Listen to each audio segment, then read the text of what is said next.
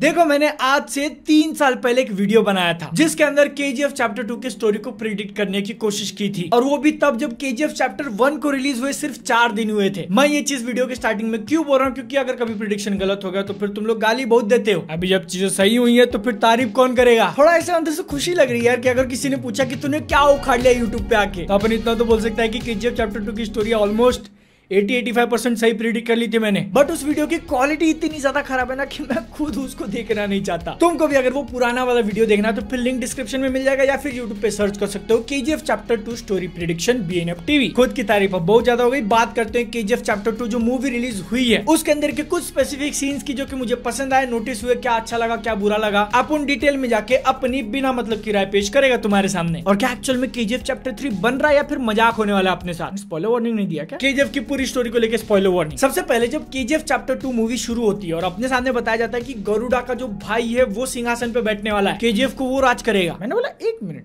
वो क्या उसके अंदर काबिलियत भी है केजीएफ चलाने की? फिर उसके बाद हेलीकॉप्टर दिखाया जाता है, वहां कैसे रुकता है, रॉकी भाई निकलता है, धूल उड़ती है, मस्त एंट्री, मजा आ गया एकदम। थिएटर में लोग चिल्लाने लगे, अपन खुश सब खुश। लेकिन उसके ठीक बाद मूवी के अंदर जो हीरोइन है ना, उनका यूज करके रॉकी कैसे वो एक इंपॉर्टेंट कैरेक्टर को मार देता है सीधा ठाए, जरूरत नहीं है मेरे को तेरी, जिसको लेके मेरे को सरप्राइज जरूर लगा। लेकिन अच्छी बात है कि मूवी अपने कैरेक्टर्स को एकदम ऐसे प्रिजर्व करके म्यूजियम में नहीं रखना चाहती कि हाँ भाई सब जिंदा रहेंगे। केजीएफ को चलाने वाले एक तरीके से पिलर्स थे वो, और उनको इतनी आसानी से मार दिया गया। मतलब एक्चुअल में रॉकी भाई को जरूरत नहीं थी। लेकिन सिर्फ वो अकेला नहीं, उसके बाद हीरोइन के बाप को भी उड़ा देते हैं।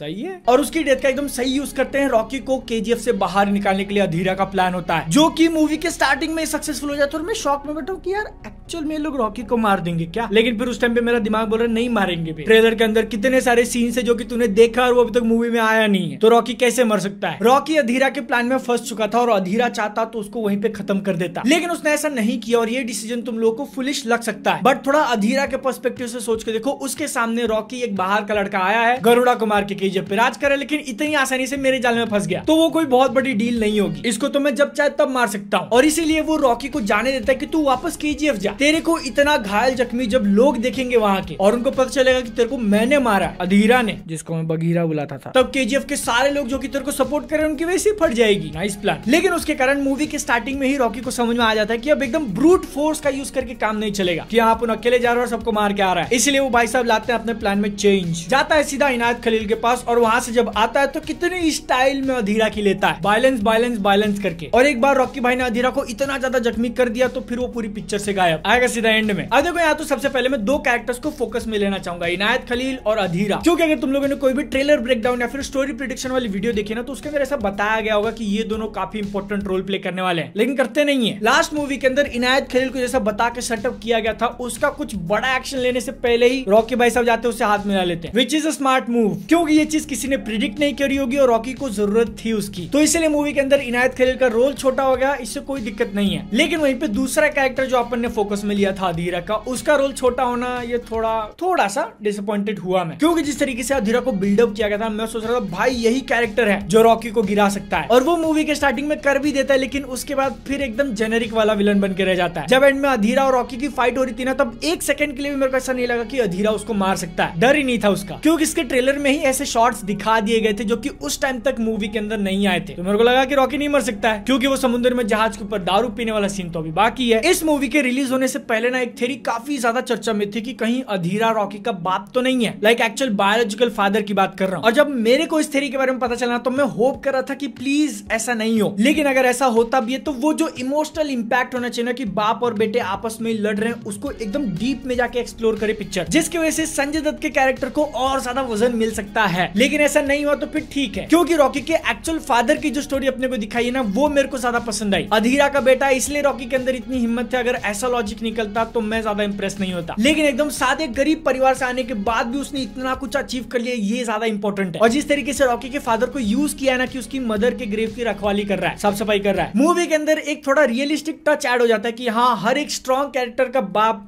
स्ट्रॉन्ग नहीं है। लेकिन फिर ये मूवी मेरे लिए पर्सनली सबसे ज्यादा इंटरेस्टिंग इसके सेकंड हाफ में होती है, जब इसकी स्टोरी में अपने को रमिका सेन की एंट्री दिखाते हैं। क्योंकि जो डायनामिक उस प्राइम मिनिस्टर और इस गैंगस्टर के बीच में दिखाया गया ना, वो मेरे को पसंद आया। टीवी के थ्रू बात करना, रॉकी का उससे डायरेक्ट मिलने चले जाना, वो भी एकदम झकास वाला रेड कोट और रेड फ्लावर्स लेके, वो देखा मैंने बोला भाई क्या गजब का कॉस्ट्यूम डिजाइन किया है। लेकिन ये चीज सिर्फ उस एक सीन के लिए नहीं बल्कि पूरी मूवी के अंदर रॉकी के जो आउटफिट्स थे ना काफी ज्यादा बढ़िया, और वो सीधा प्राइम मिनिस्टर से मिलने जाने वाला सीन तो काफी ज्यादा गजब था। लेकिन मेरे को सबसे ज्यादा बैड मोमेंट लगा जब रॉकी एक सोनी की बिस्किट लेने के लिए पुलिस स्टेशन जाता है और वहां से आने के बाद पूरा उड़ा देता है। उसको इतना ज्यादा आगे जाने की जरूरत नहीं थी, लेकिन वो सीन देख के अपने को समझ में आता है कि अगर किसी ने रॉकी के सोने पे हाथ डाला, भले इतना सा हो, नहीं छोड़ेगा। कितना ज्यादा सीरियस है वो इसको लेके और उसके लिए किस हद तक जा सकता है। इसलिए लोग उसका नाम सुन के फट जाती है उनकी। सिर्फ डायलॉग नहीं बल्कि एक्शन के थ्रू दिखा, और मैं भाई पहले बोल दिया पसंद आ गया मेरे को। लेकिन एक चीज जो कि पसंद नहीं है मैंने ऑलरेडी बोल दिया, इसके अंदर की लव स्टोरी। मतलब गैंगस्टर मूवीज के अंदर वही पुराना एज ओल्ड ट्रिक वापस से यूज किया कि हाँ लोगों को मारता है वो, लेकिन उसी के साथ साथ गरीबों की मदद भी कर देता है। दिल अच्छा है तो लड़की इंप्रेस, और इंप्रेस होने के आगे का जो भी कार्यक्रम है वो एक ही गाने में निपटा दिया है। गाने की शुरुआत में वो लोग हाथ पकड़ लेते हैं, गाना खत्म होते होते वो प्रेग्नेंट हो जाती है। ये चीज मेरे को उतनी इंप्रेसिव नहीं लगी, क्योंकि जब वो फीमेल कैरेक्टर आगे चल के मरती है ना, तो उसका कुछ बहुत ज्यादा इंपैक्ट नहीं हुआ मेरे ऊपर। थोड़ा बहुत सैडनेस जरूर लगा, लेकिन उसके पीछे एक इंपॉर्टेंट रीजन ये है कि उस पूरे सीन को किस तरीके से क्रिएट किया है। सबसे पहले रॉकी को पता चलता है कि वो बाप बनने वाला, और उसके बाद उसके सामने वो मर जाती है। पूरी मूवी के अंदर अपने सामने मेजोरिटी लाउड म्यूजिक बजाया गया था, लेकिन उस सीन के अंदर कुछ नहीं। मतलब साउंड इफेक्ट जरूर डाला गया, लेकिन आसपास इतनी सारी लड़ाई चल रही है और वो अपने को सुनाई नहीं दे रहा है, क्योंकि रॉकी को इतना बड़ा धक्का लगा और वो चीज हम फील कर रहे हैं। और मैं इस चीज के ऊपर इतना ज्यादा फोकस क्यों कर रहा हूँ, क्योंकि अगर उस लव स्टोरी के ऊपर मूवी ने ध्यान दिया होता तो जब रॉकी की वाइफ मरती है ना, वो सीन और इतना ज्यादा इंपैक्टफुल होता। ऊपर से रॉकी की वाइफ मर गई, इसका रिलेशन सिर्फ उसके बच्चे से नहीं है। मूवी के अंदर ही थोड़ी देर पहले अपने को बताया जाता है कि रॉकी इतना ज्यादा सोना निकालने के लिए प्रेशर क्यों कर रहा है, क्योंकि उसकी माँ ने उसको बोला था, और अब वो रुकना नहीं चाहता, सारा का सारा सोना निकाल के रहेगा। उसके लिए भले वो गवर्नमेंट से क्यों ना पंगा ले ले। अब एक पॉइंट ये मूवी अपने सामने रखती भी है कि रॉकी को इस रास्ते पे चलाने का काम तो उसकी माँ ने किया, लेकिन उसको रोकने का काम कौन करेगा। कि हाँ रॉकी के सिर पे जो मैडनेस सवार हुआ है सोने का, उसको लेके वो एटलीस्ट कम से कम शांत तो हो जाए, थोड़ा बहुत लिमिट में रह के काम करे, ताकि उसका एम्पायर ज्यादा लंबे तक टिके। जब ये बात मूवी के अंदर अपने सामने रखी ना, तब मेरे को लगा कि शायद उसकी जो वाइफ है वो ये रोल प्ले कर सकती है, और उसने थोड़ा बहुत किया भी। गाने के अंदर अपने को कुछ सीन्स दिखाए, लेकिन एक बार रॉकी की वो जो आखिरी फैमिली मेंबर बची थी उसको भी छीन लिया गया, तब भाई अब कोई परवाह नहीं। केजीएफ जाए जान, उस पॉलिटिशियन की तो लेके रहूंगा, फिल इन द ब्लैंक्स। और इसी बात के लिए मैं उस लव स्टोरी से और भी ज्यादा डिसअपॉइंटेड हूँ, क्योंकि उसका इंपैक्ट रॉकी कैरेक्टर के ऊपर होता है, लेकिन काश थोड़ा और फोकस दिया गया रहता उस एस्पेक्ट पे। हाँ लेकिन अब रैंडमली एक पॉइंट बोल रहा हूँ, 3 साल के गैप के बाद अपने को जो नया केजीएफ दिखाया जाता है, रॉकी ने जो सब बनाया है, वो देख के भाई गूज़बम्स आ गए मेरे को। इसके बाद कुछ क्विक वाले पॉइंट, जैसे कि इस मूवी का स्कोर काफी ज्यादा बढ़िया, सिनेमेटोग्राफी जो थी ना कि केजीएफ के अंदर सोने की खदान का पूरा लुक अपने सामने रखना, पहली मूवी के अंदर भी गजब था, इस मूवी के अंदर भी गजब है। और ये प्रशांत नील जो कि इस मूवी के डायरेक्टर है, उनकी क्राफ्टमैनशिप का एग्जांपल है। कितनी ग्रैंड स्टोरी को उन्होंने जितना हो सके उतना पॉसिबल रियलिस्टिक तरीके से दिखाया है, क्योंकि जो मास सिनेमा होता है ना, लोग देख के सीटी ताली बजाएं, वो बनाना भी आसान नहीं है। कितनी सारी मूवीज इसके अंदर आके टट्टी कर जाती है, अपने सामने बहुत एग्जांपल पड़े। पार्ट 2 के वीएफएक्स को लेके मैं कुछ बहुत ज्यादा ग्राउंड ब्रेकिंग एक्सपेक्ट नहीं कर रहा था, मतलब जो दिखाया ठीक है। वो जो पुलिस स्टेशन के सामने जाके पूरा का पूरा मशीन गन खाली करने वाला सीक्वेंस था, उसके अंदर के वीएफएक्स काफी ज्यादा बढ़िया, लेकिन वहीं पे कुछ शॉट्स ऐसे भी थे जहाँ पे हेलीकॉप्टर क्लियरली नकली दिख के आ रहा है। लेकिन कोई बात नहीं है, मेजर कंप्लेन नहीं है मूवी का। अगर बजट ज्यादा होता तो फिर डेफिनेटली वीएफएक्स भी अच्छे होते। बट जो कंप्लेन की बात है ना, इस मूवी के अंदर की कॉमेडी हिट एंड मिस। जब रॉकी शेट्टी को मारने जाता है ना, वो सीन काफी ज्यादा बढ़िया लगा मुझे, मैं हंस दिया था। लेकिन उसी के साथ साथ कुछ सीन्स के अंदर रॉकी जो खुद से कॉमेडी क्रिएट करने की कोशिश करता है ना, वो उतना ज्यादा काम नहीं किया मेरे ऊपर। अधीरा ने रॉकी को जिंदा रख दिया, इसकी तो बात अपन ने कर ली, लेकिन रॉकी जब अधीरा को जिंदा रखता है ना, वो डिसीजन मेरे को उतना ज्यादा पल्ले पड़े नहीं, क्योंकि अगर रॉकी ने किसी को अपना दुश्मन मान लिया एक बार, फिर सामने आते ठोक देता है वो। लेकिन अधीरा जो कि ऑलमोस्ट रॉकी को मार चुका था, उसको क्यों जाने दिया? इसके पीछे मैं एक रीजन जरूर सोच सकता हूँ कि रॉकी उसका कर्ज फेडना चाहता था। अधीरा ने उसको एक बार जान बख्शी